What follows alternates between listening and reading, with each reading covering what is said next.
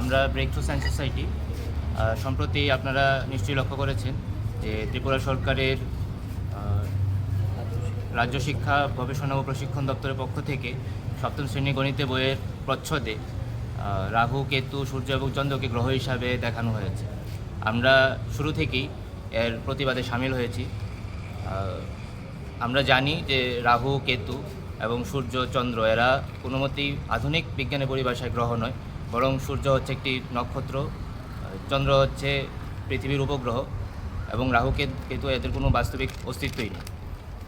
এছাড়া আধুনিক বিজ্ঞানের সংজ্ঞা অনুযায়ী গ্রহের যেই সংখ্যা আছে 8টি, তাদের মধ্যে পৃথিবীও আছে, ইউরেনাস, নেপচুন আছে, যেগুলাকে এই লিস্টের মধ্যে রাখা হয়নি।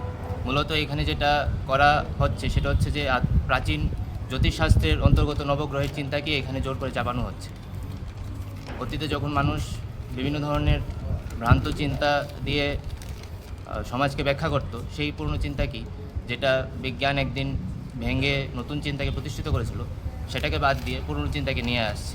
এই ধরনের বিভিন্ন ঘটনা ছাত্রছাত্রীদের মনে বিজ্ঞান মনস্কতা প্রসারের পথে বাধা হয়ে দাঁড়াচ্ছে।